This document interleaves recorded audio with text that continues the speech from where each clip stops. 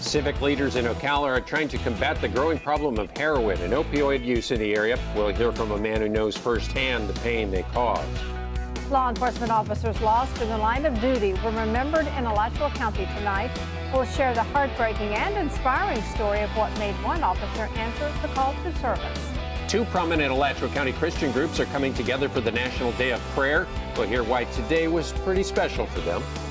And earlier, we told you about one local tie to Saturday's Kentucky Derby. But there's another horse competing this weekend, trained by the same Ocala man.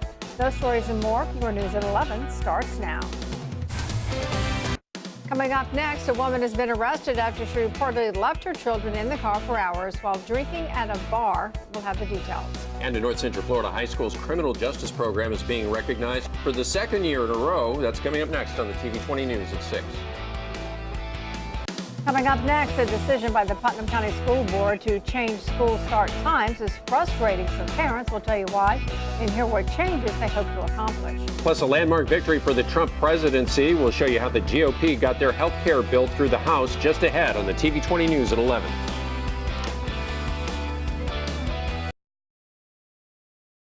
We're following a developing story for you tonight. A 23-year-old case that started in Columbia County could be coming to a close thanks to a recent arrest. TV 20's Haley Wade is live tonight in Lake City. She joins us now to tell us how, after decades of investigating, police are finally getting some answers. Haley? It took over 20 years, but investigators have finally made an arrest in the murder of 16-year-old Fred Paul Laster of Nassau County. Now, this case... Good evening. The Florida Department of Law Enforcement is investigating a death at the Marion Correctional Institution. The Department of Corrections says a man was killed during an altercation. TV 20's Crystal Bailey joins us now live from Marion County. Now, Crystal, what can you tell us about what happened? That's right. I'm here at the Marion Correctional Institution where a man, actually an inmate named Omar Billups, was pronounced dead on Monday. I spoke to a loved one of his about his death.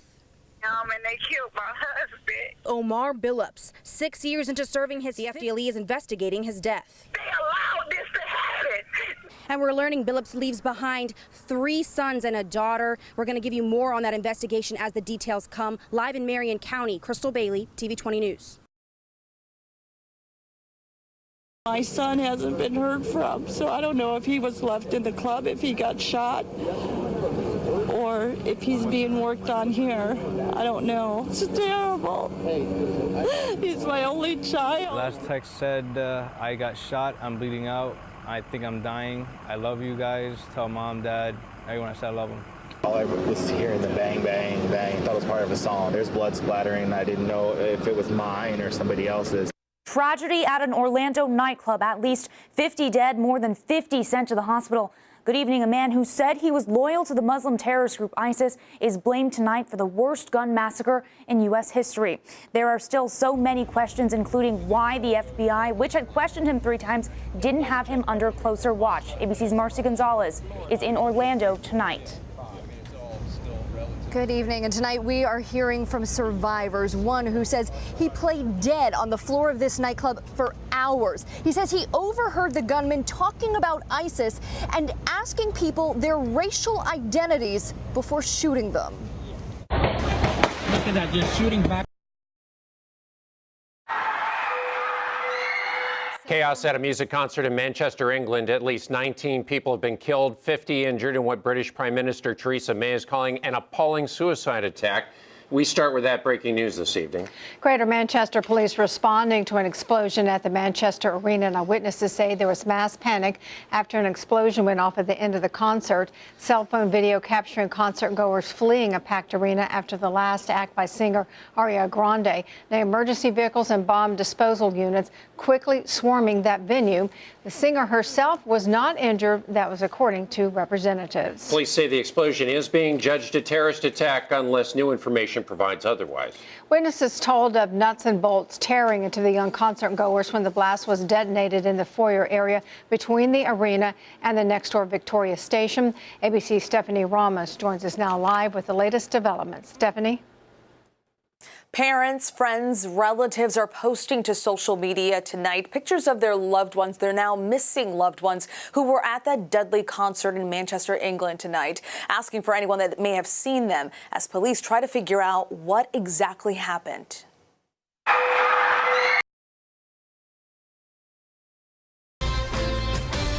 From your local source, WCJB TV 20. This is TV 20 News at 6.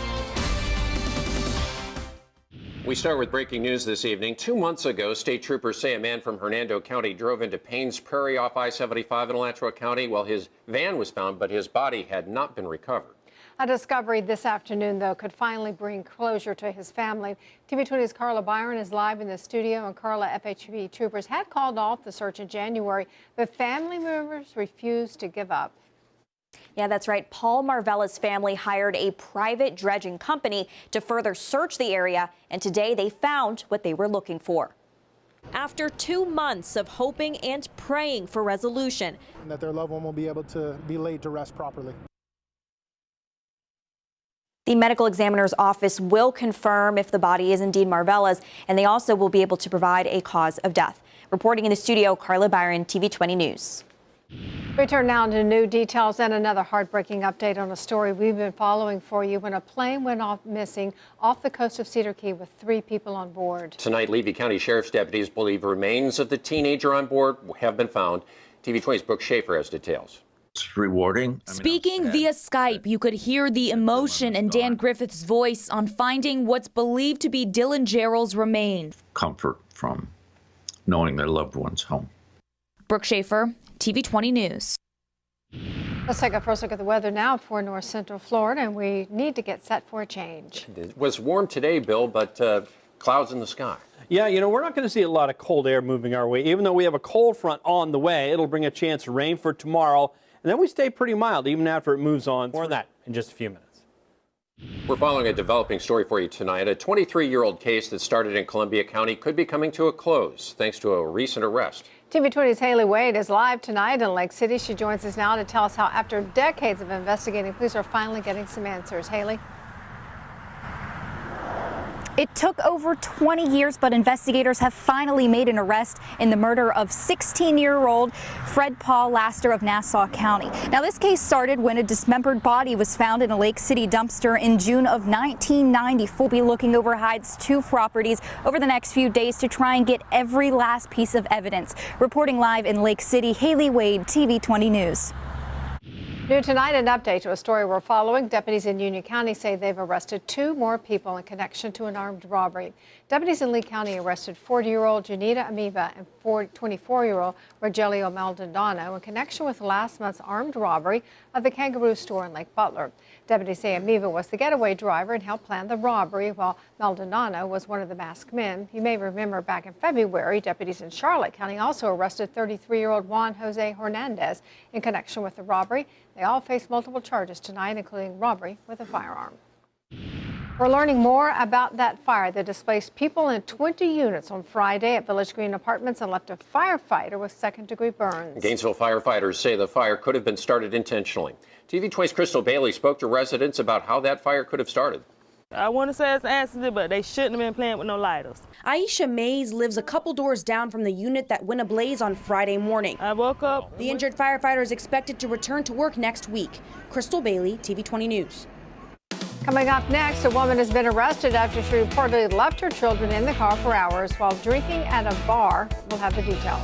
And the North Central Florida High School's criminal justice program is being recognized for the 2nd year in a row. That's coming up next on the TV 20 News at 6.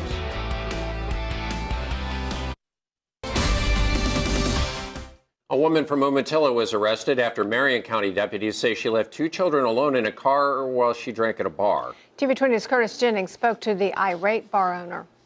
Anybody that would come in a bar and leave their child outside needs to be held accountable for it. Kathy Howard, owner of Cat's Crazy Eights Bar in Umatilla, says she was outraged to hear that one of her customers will not be welcome here, because if that's her mentality, we do not want that here. Reporting in Marion County, Curtis Jennings, TV 20 News. Newberry High School has added another state championship to the trophy case, but it's not for sports. The Academy of Criminal Justice captured the state championship at an annual state leadership conference for the 2nd year in a row. 43 students represented Newberry High and came home with multiple individual as well as team awards.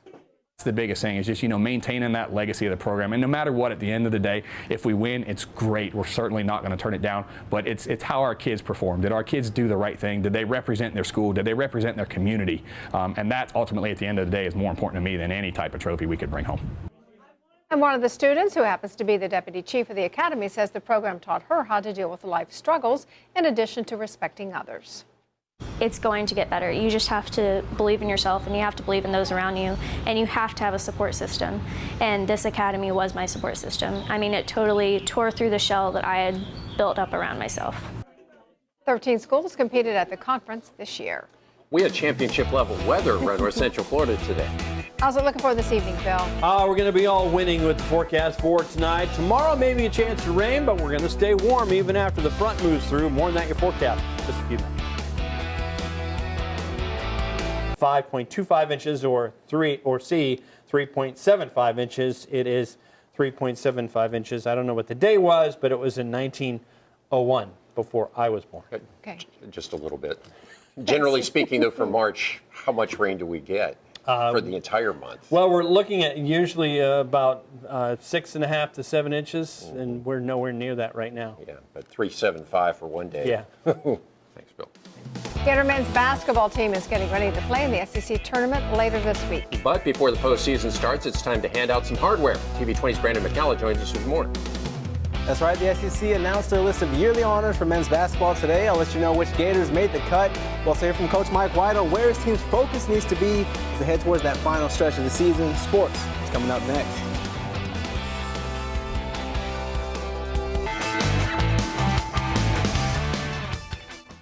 Well, the Florida men's basketball team's getting ready for the SEC tournament at the end of the week. And things are much different from last year when the Gators were the 8th seed in the SEC tourney.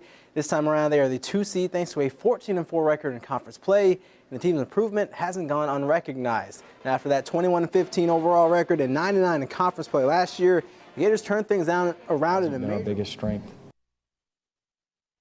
Just impressive what Coach White was able to do. Yes. With mostly the same group of players from the year before, just getting them to buy into a system. And one thing also to keep an eye out for tonight, Florida baseball team in action down at Florida Gulf Coast tonight. Gators 0-2 on the road to start the season. See if they can get that turned around. Yeah, it's going to be good to get on the road, actually, and get a few games under their belt so they can turn that around. All right, thanks, Brandon, very much. We'll be right back. Stay with us. Welcome back. Some people in France are campaigning for a familiar face to join their presidential race. On the streets in Paris, there he is. You'll see signs when translated read, "Yes, we can." The people behind the campaign want former President Barack Obama to join the French presidential race. Well, their online petition so far has attracted more than 45,000 signatures, and that was in just a couple of days. While popular in France, the former president has no chance because he isn't French and he cannot take part in the race. Are they handing out those masks, I don't know, too? but that looks pretty good, doesn't it? It's 2 of them anyway. Yeah. We're going to have some nice weather as we head through the end of the week. And the weekend, maybe some rainfall. Take a look. We do have a cold front back out to the north. At 20% chance of showers by 10 a.m., noontime, and probably even by 2 and 4 o'clock. Showers and thunderstorms sticking around. But high temperature around 80 degrees. And we're going to keep it mild even after the cold front moves through. But rain chances will go up again as we get towards the weekend. Thanks, Bill. Thanks for joining us. ABC's up next. We're back here tonight at 11 o'clock. We'll see you then. Good night.